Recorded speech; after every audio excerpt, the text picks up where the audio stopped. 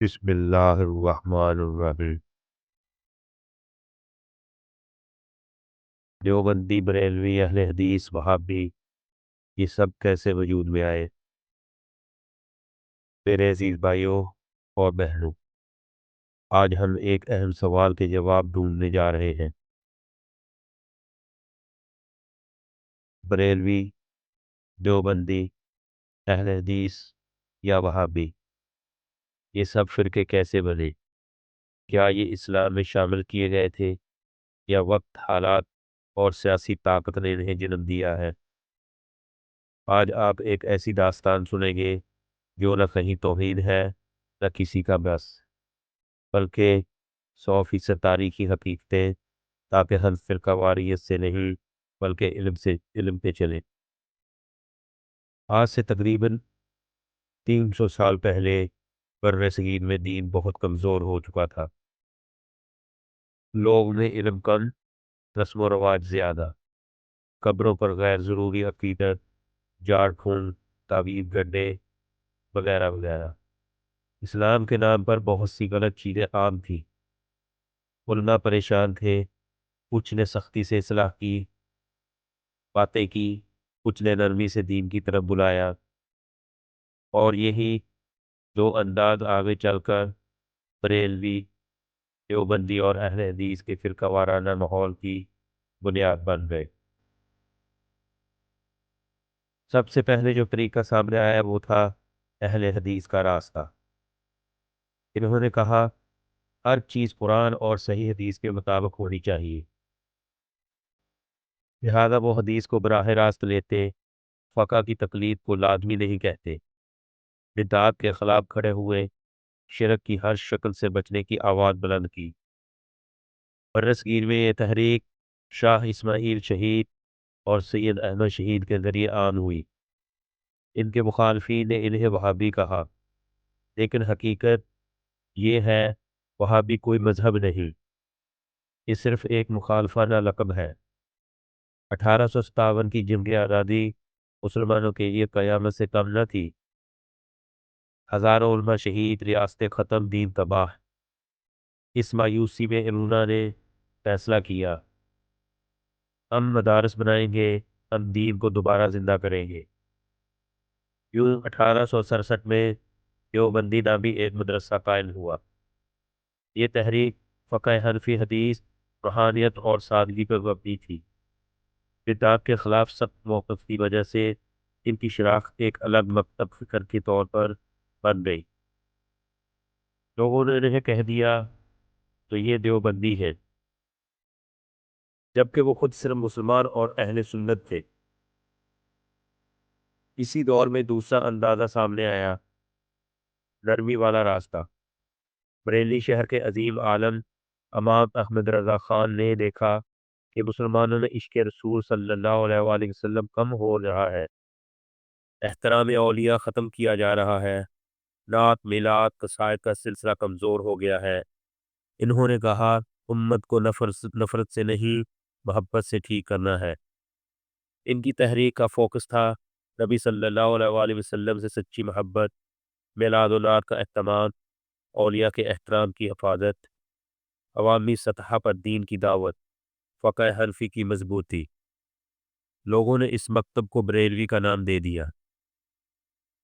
یہاں حقیقت سنیں، اصل اختلاف دین کا نہیں، اصل اختلاف تھا انداز اصلاح۔ بدعات کی تعریف، الفاظ کے سخت یا نرم استعمال، عوام کو کیسے سمجھایا جائے۔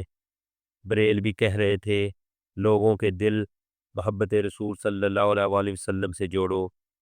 دیوبندی کہہ رہے تھے لوگوں کو بدعات اور غلطیوں سے بچاؤ۔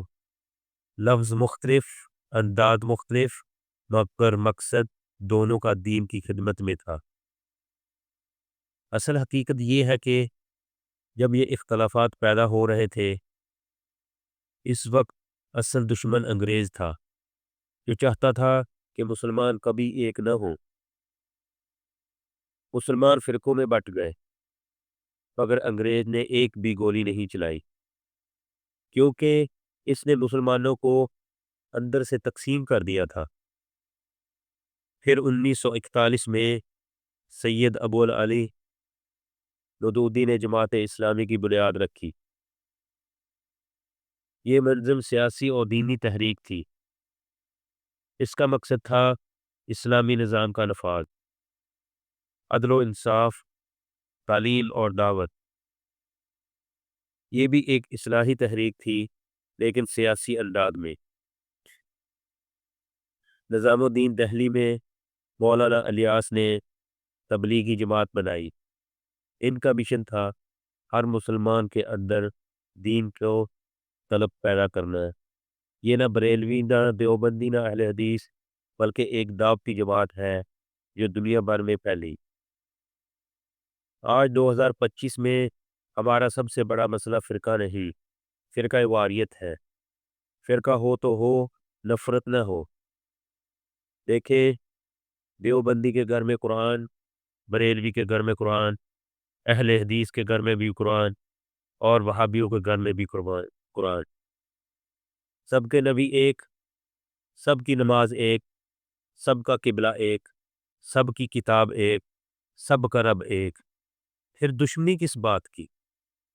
میرے بھائیو، یہ فرقے دین نہیں، بلکہ دین کو سمجھنے کے طریقے ہیں، لیکن اللہ کے نزدیک عزت کا معیار ہے تقوی، اخلاق، ایمان۔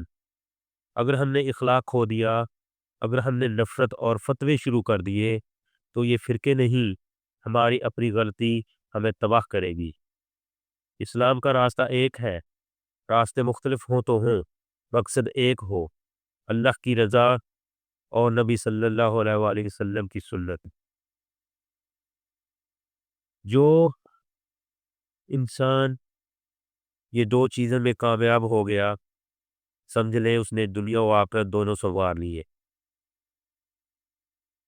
کیونکہ راستہ وہی ہے جو اللہ سبحانہ تعالیٰ نے قرآن کے ذریعے جو حضرت محمد صلی اللہ علیہ وآلہ وسلم پر اترا، ہم کو ہر چیز کے بارے میں بتا دیا۔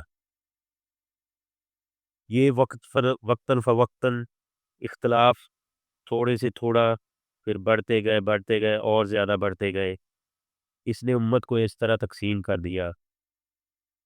تو میرے بھائیوں، کیوں نہ ہم بھی انہی راستوں پہ چلیں کہ ہمارا مقصد ایک ہو، نہ ہمیں ایک دوسرے سے نفرت کریں، نہ ایک دوسرے کے فرقے کو برا کہیں۔ اسی راستے پہ چلیں جو ہمارے اللہ سبحانہ تعالیٰ نے اپنے نبی حضرت محمد صلی اللہ علیہ وآلہ وسلم کے ذریعے ہم پہ نازل کی۔ یہی چیز قبول ہوگی اللہ کے دربار میں۔ اللہ ہم لوگوں سے یہی باتیں پوچھیں گے کہ آپ نے کس کی پیروی کی، تو کیا کہیں گے؟ ہم کہیں گے کہ میں وہابی ہوں، میں اہل حدیث ہوں، میں دیوبندی ہوں، میں بریلوی ہوں، میں شیعہ ہوں، میں سنی ہوں۔ تو پھر ہمارے نبی صلی اللہ علیہ وآلہ وسلم کہاں چلے گئے؟ ایسا نہیں ہونا چاہیے۔ ہم کو امت محمدی بن کر رہنا چاہیے۔ یہ فرقے بازی، یہ ایک دوسرے پہ جھوٹ باندھنا، یہ ایک دوسرے پہ طنز کرنا، یہ بہت بری بات ہے۔ ہمارے نبی نے تو ان کو بھی معاف کر دیا جنہوں نے آپ پہ پتھر چلا کے آپ کو لہو لہان کر دیا تھا۔ کیا ہم لوگ ان سے افضل ہیں جو ایک دوسرے کے خلاف اتنی باتیں کرتے ہیں اور صرف سمجھتے ہیں کہ ہم ہی مسلمان ہیں اور ہم ہی سیدھے راستے پر ہیں؟ یہ سب کو غلط فہمی ہے۔ مسلمان وہی ہے جو حضرت محمد صلی اللہ علیہ وآلہ وسلم کے راستے پر چلے گا۔ سب سے بڑھ کر ہے تقوی۔ اللہ کو صرف تقوی چاہیے۔ جس انسان کا تقوی ٹھیک ہے، سمجھ لیں وہ صحیح سمت جا رہا ہے۔ باقی انسان غلطیوں کا پتلا ہے، انسان سے غلطی کوتاہی ہوتی ہے۔ تو اللہ سے یہی دعا ہے کہ اللہ تعالیٰ ہمیں یہ فرقہ واریت سے بچنے کی توفیق عطا فرمائے۔ آمین ثم آمین یا رب العالمین۔ تو اس طرح کی معلوماتی ویڈیوز دیکھنے کے لیے ہمارا چینل سبسکرائب کریں، لائک اور بیل آئیکن پہ کلک کریں، تاکہ انشاءاللہ اور بھی زیادہ اسلام کے بارے میں معلومات ہو سکے۔